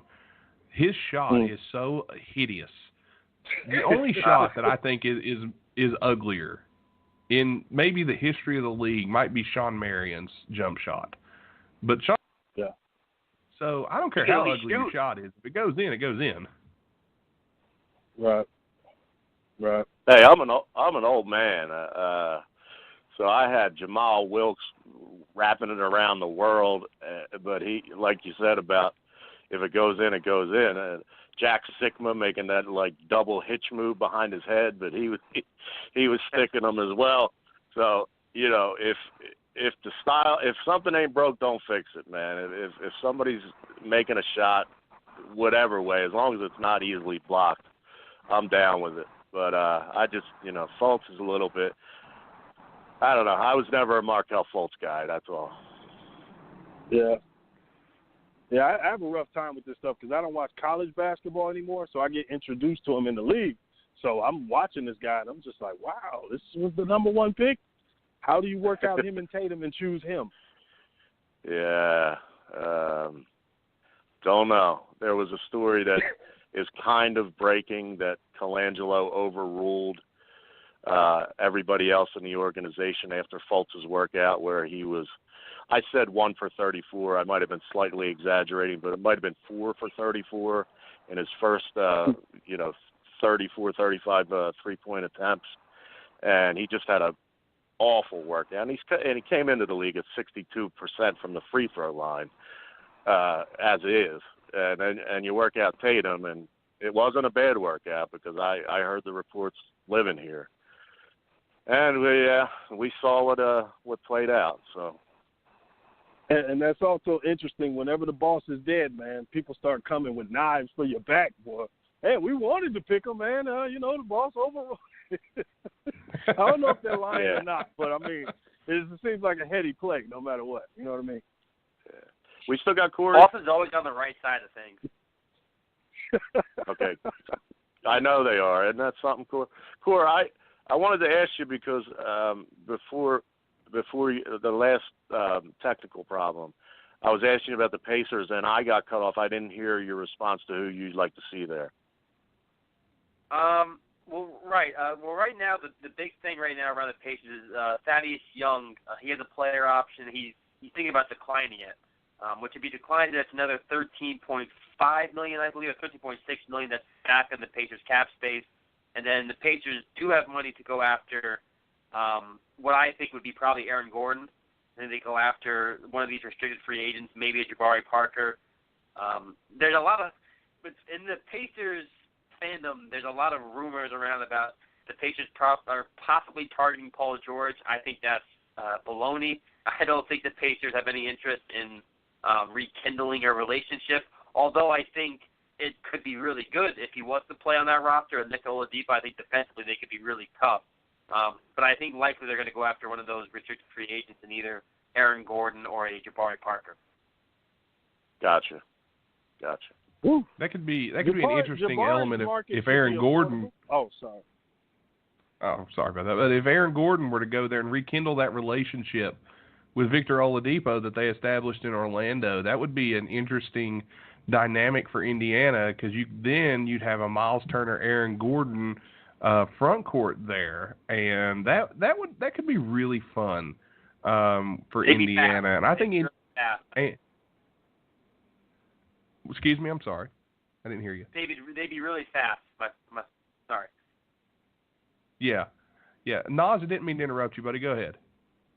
No, my bad, that's all man, for cutting in. I think Aaron Gordon is going to be expensive, and I think they're going to walk away from it. But I think Jabari is going to come at a reasonable price because you're betting on him being healthy and you're betting on the potential that he showed before. So I think Jabari is more likely. But I think Aaron Gordon, I think we're going to see a crazy number that's going to upset a lot of people for Aaron Gordon. And I just don't know if he really has a position. I'm not a big Aaron Gordon guy. You know, it sucks for me. A lot of people have recentist or revisionist history here in Philadelphia with the Sam Hinkie thing. The whole narrative during that rookie class was winless for Wiggins. And I was a proponent of Aaron Gordon. I loved him in high school. And he, Parker, and Wiggins seemingly were the top three, as Embiid had barely played like 5 real games in his whole life at that point. But and Julius Randle was there as well. I was so high on Gordon because he had that athleticism, and it seemed like he just had a few pieces left that he'd have to learn as he grew as a man, for one, and as an NBA player with all that, coaching and such around him. And he's been a letdown, so I agree a big number on him would be terrible. But Jabari Parker is interesting to me because he's a bad dude, man. He's had those injuries, but if, not to the degree of Livingston, but he had those knees jacked up early on, and I don't think we've seen Jabari Parker at his best yet. I don't know if I'd sell the farm for him, but I think he has a lot more upside than people are giving him. That's just my opinion. I think if Jabari Parker gets the floor, he's going to be one of the most talented players in this league in the next 5-10 years. I love his. I mean, that one year that him and Antetokounmpo were both healthy. I think Chris Middleton missed the first half of that season. I think it was not last year, but the year before. That Bucks team looked really fun, and I kept thinking, I can't wait for Chris Middleton to get back. And the first game Chris Middleton got back is when Jabari blew out his ACL for the second time. So like you said, we really haven't seen Jabari healthy, or even that Bucks team fully healthy. But I mean, when Parker's been healthy, offensively and running the floor, he's just really good in transition. Defensively is where there's a lot of question marks. He looks flat-footed at times. He's not very laterally quick, but offensively he could be a really good scorer. Yeah, you're on the same page with me on that. Nate, you going to ruin it and not agree with us three? No, I agree with you. I'm just waiting on everybody to get finished. Hey, this turned into a little four-way roundtable discussion here. I don't. I really enjoyed it. We've hit a lot of topics here. I just read online, by the way, not to change the subject. I looked. The rumor going around is somehow, some way, the Warriors are trying to land Anthony Davis. I think we mentioned this earlier in the show. I don't know how. There's talk that they want to trade Klay Thompson and Draymond Green and pull Anthony Davis to the Warriors. I don't see it. I don't know how that could happen. Of course, it's all rumors. None of this is being. It says it's gaining traction. What is it? Yeah. What else are they adding where they're not getting hung up on? As great as Draymond and Klay are, that ain't enough. I'm sorry. Young Anthony Davis? Nah, no, sir. I wouldn't take it. There's no way I'd take that deal. I don't even think we should discuss that. Fuck all that noise. That shit ain't. I mean. Oh yeah, that's ridiculous. I mean, here's the thing: if you're the Pelicans and you trade your cornerstone player, your franchise player who has signed an extension with you, for Draymond Green, who wants a max deal, and he's not even worth. He's not even worth what he's getting right now, as far as I'm concerned, because he's not that good. And Klay Thompson, whose contract is up next year, why would you make that trade? That would be just stupid. So people believe anything, I guess. I don't know. Clickbait, if you ask me. For me, too, And Draymond is worth that to Golden State. But outside of Golden State, like you said, it's just not worth it. Sorry for cutting in, man. Go ahead. Right, that's exactly what I was going to say. I agree wholeheartedly with that. Draymond Green is, I think, fantastic with what the Warriors do, but, the technicals and all that, I feel like they get excused by the team because they're winning. If he's on the Pelicans and he's being a head case, he's no better than DeMarcus Cousins to a degree because he's always whining. He certainly we here, Nate and I are not the biggest fans of Draymond's mental state during the games. I'm not a big fan of him, period. He's a jerk and he sucks. Well, that's your deal. I think he's a little bit off keel. Usually I like that kind of crazy in my players, but it's hard to tell with him because he's been surrounded with such greatness in the championship years. But I love me some Marcus Smart, who just gets in people's heads, and I love me. They're not the perennial all-stars or anything, but if I can find a spot on my squad for those crazies, like even Rondo in his aging, this late in his career, who he got in what series was he getting in somebody's face talking all that nonsense this playoff season? Portland. Against the Warriors. Against Draymond. Yeah, him and Draymond going back and forth. I love me some crazy ass players, man. I hope the Sixers keep T.J. McConnell, who's not quite as crazy. They exercise the option to keep him, but I hope that isn't for some other reason or other than actually keeping him here. I love the guys that are diving on the floor, and we all know, the four of us, it's not a rule, but it's kind of an unwritten rule. When an opposing team scores and then you're inbounding a first quarter chill kind of vibe, T.J. McConnell's coming up and stealing your inbounds pass. I love breaking the unwritten rules of the NBA, man. I love those kind of guys. Yeah. Those guys, I'll just say these two, T.J. McConnell and Marcus Smart fit this. There's regular Draymond crazy or DeMarcus crazy, which is, we always see those guys. But these two guys are, I'm not going back to the G League crazy, meaning I'm not getting on a bus ever again in my life. I'm going to play with everything I got. I'm going to take every shortcut I can. I will cut off your finger to make sure I stay in this rotation. Like, that's the kind of crazy McConnell and Marcus Smart are. If they're on your team, you like them. If you don't, if they're not, you hate them. But, they're just kind of crazy. Draymond is kind of – go ahead, Corey. I'm sorry. I say that's a good comparison. It's a very good comparison. And Draymond, to me, Draymond Green's kind of the crazy I see when it comes to women. It's the kind of crazy I see. Man, I hate to see somebody get stuck with that kind of crazy, and then you or your good friend ends up with a crazy chick, and you're like, oh, my God, why do we have this. I didn't want this. I don't need this. And then you're stuck with them because you can't get rid of them because they signed a contract with you. And you're, oh, God. But, yeah, that's how it goes. Draymond's the kind of person for when he gets dumped, he calls you and says, I need closure. Yeah. But the thing is, you kind of at a moment of weakness give in, and that motherfucker's so good in bed, you're back in the relationship. Damn. And you're sitting there going, maybe he's changed. Maybe she's changed. You don't know.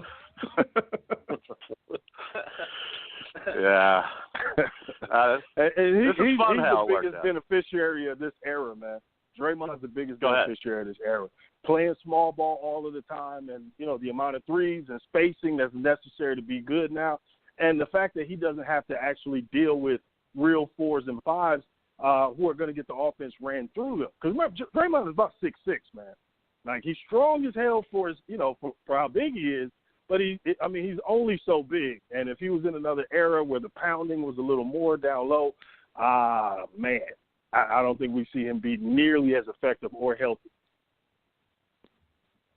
Yeah, I agree with that. I know he'd be a target if he had the same personality too. I'd love to see Draymond try to go in on Bill Laimbeer. That would be the greatest thing to ever happen.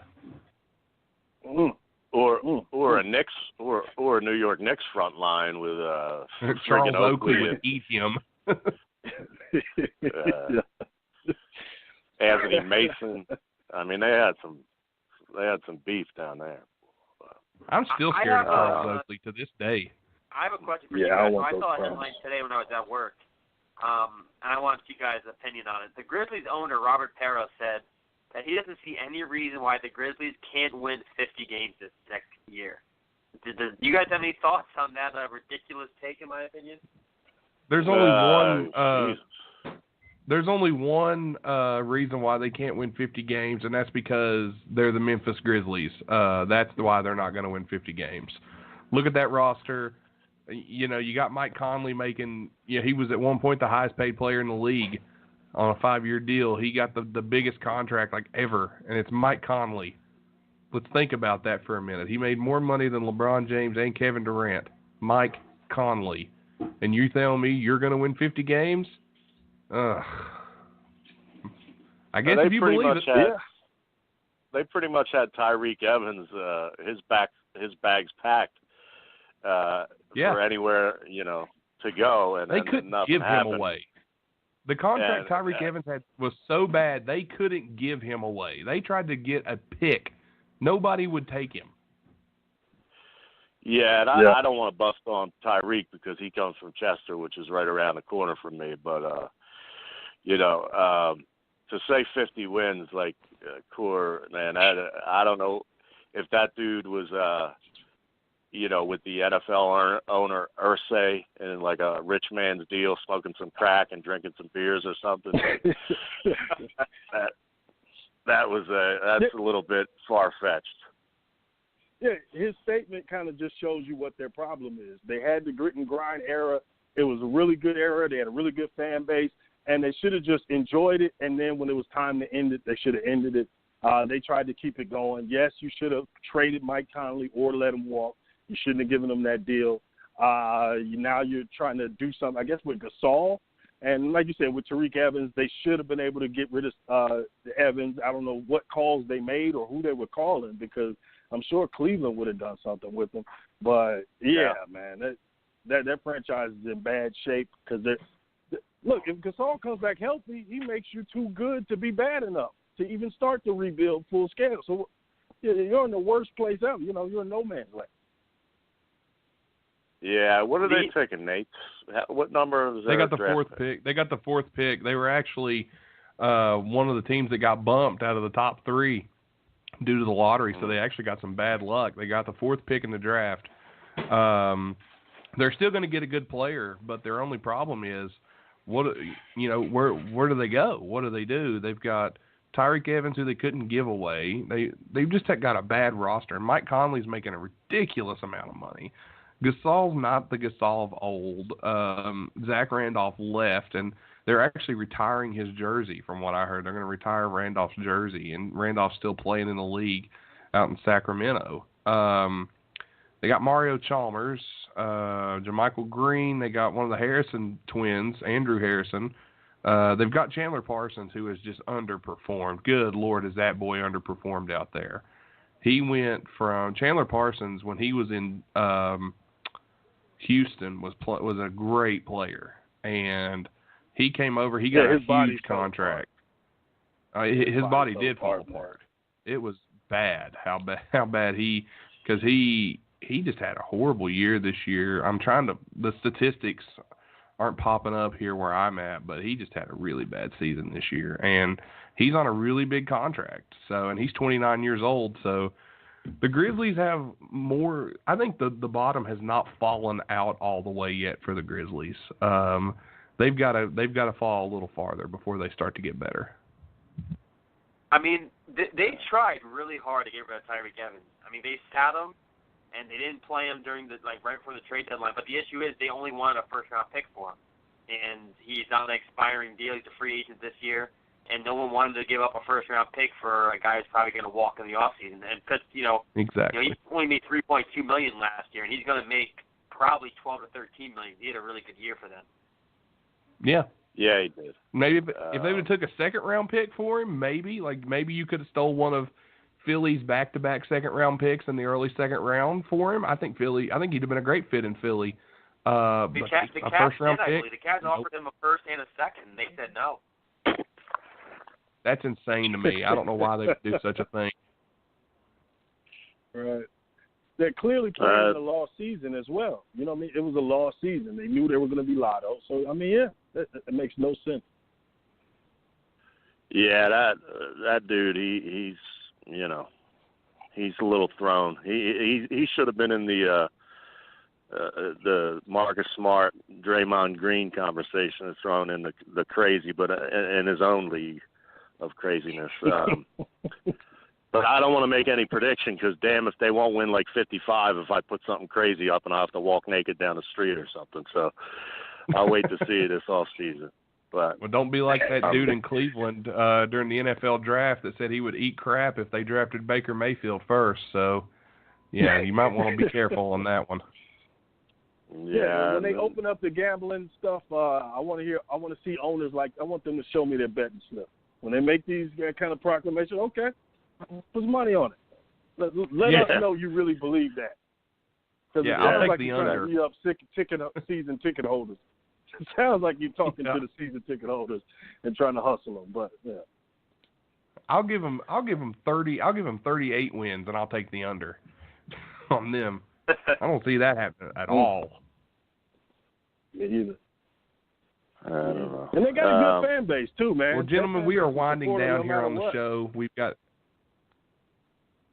Well, yeah, the Memphis fan base is very loyal to them. But gentlemen, we're winding down here. We're going to get ready and finish up the show. We've only got a couple minutes left. We got a couple sponsors to plug, and we're going to get out of here. Kory, Naj, thank you so much for joining us here as we've turned into an impromptu talk session about the NBA. And Kory, again, check out Kory online if you're listening to. He's on by Off the Glass and Full Access Hoops.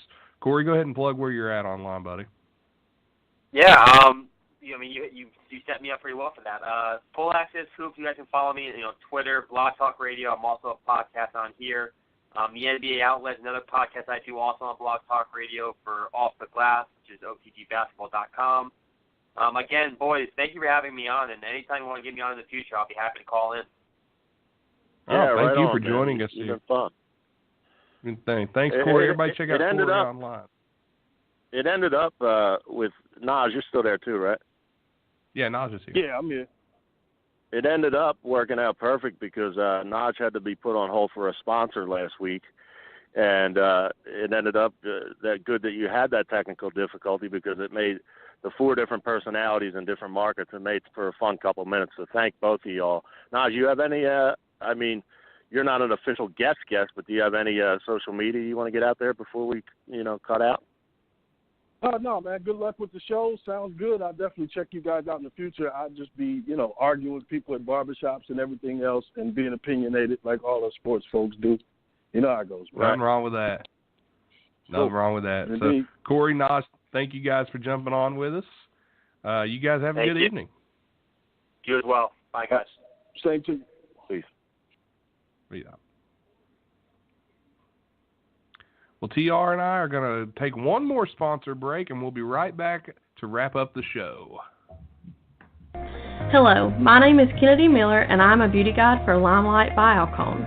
We are a professional makeup company now being offered to the public after over 60-plus years in the industry. My website is limelifebyalcone.com/makeupkennedy. I can also be found on Facebook as Makeup Kennedy. To contact me about products or joining my team, you can email me at makeupkennedy@yahoo.com. I'll be waiting to hear from you.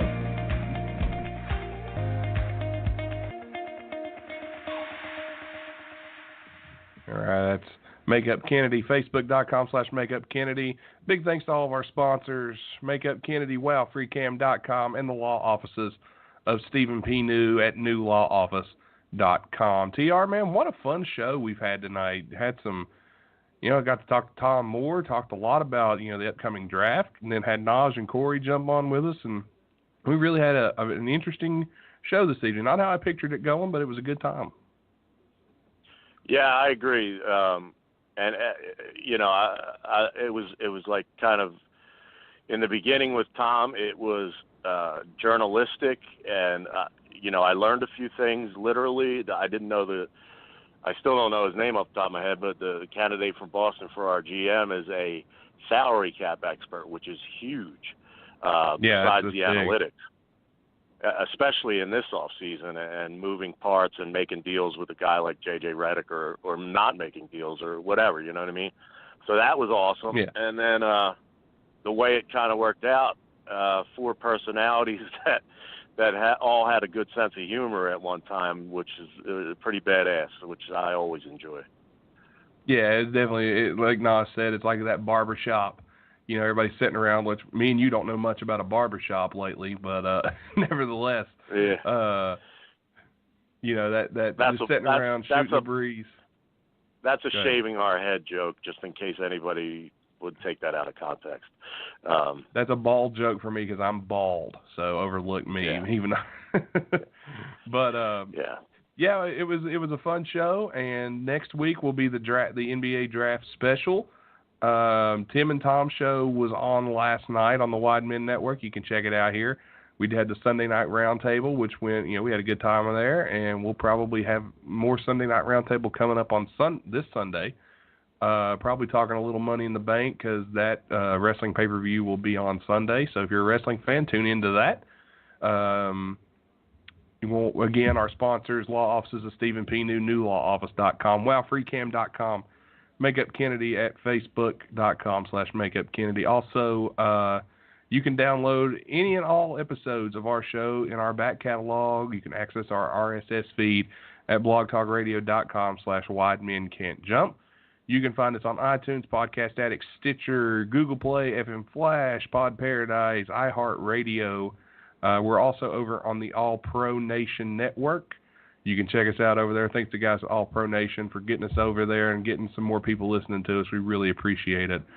You can follow the show on Twitter at WideJump.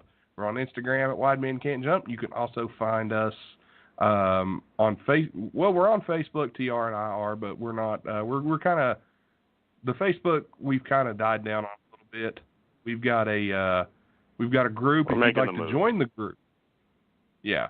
We're making a move right now. If you want to join the group, let us know, and we will personally add you to our growing Facebook group as we want to have everyone involved in our group. We just don't want to deal with trolls. That's basically it. TR, anything you want to add, brother, before we get out of here? Follow at TR Shock, but that's me personally, but follow at Wide Jump as your priority. Because we got so many guests and so many thousands of listeners. I'm not stretching it. I'm not saying we have 100,000 or nothing, but follow the page too, because we'd like to interact other than just here at the show. Yeah, definitely. Well, for TR, I'm Nate. Thanks again to Naj, to Kory, and to Tom Moore for getting on with us tonight. Had a fun show. TR, let's send it home, brother. Again next week. don't forget, next week we'll be up Wednesday evening before the draft. TR, send it home, buddy. Can't wait. Peace.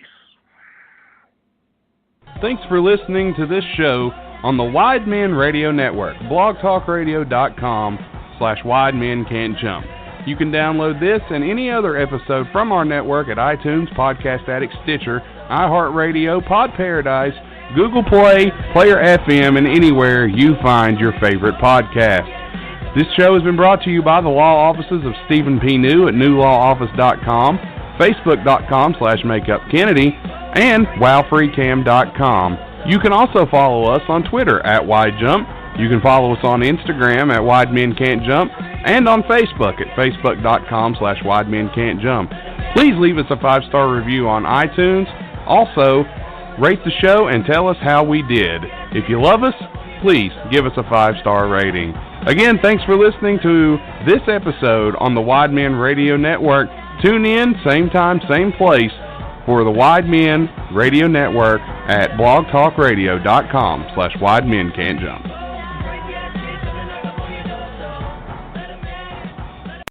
Now's the perfect time to join the fan club at Isle Casino Hotel Blackhawk. New members can win up to $1,000 in fan play or other great prizes just for signing up. Everyone's a winner and membership is free. Plus, provide a valid email address and you'll receive $5 in free fan play. Stop by Isle Casino Hotel Blackhawk and sign up today. Must be 21. All terms, conditions, rewards, and benefits are subject to change or revocation without notice. Eligibility and exceptions apply. See official rules. Gambling problem? Call 1-800-522-4700. Now's the perfect time to join the fan club at Isle Casino Hotel Blackhawk. New members can win up to $1,000 in fan play or other great prizes just for signing up. Everyone's a winner and membership is free. Plus, provide a valid email address and you'll receive $5 in free fan play. Stop by Isle Casino Hotel Blackhawk and sign up today. Must be 21. All terms, conditions, rewards, and benefits are subject to change or revocation without notice. Eligibility and exceptions apply. See official rules. Gambling problem? Call 1-800-522-4700.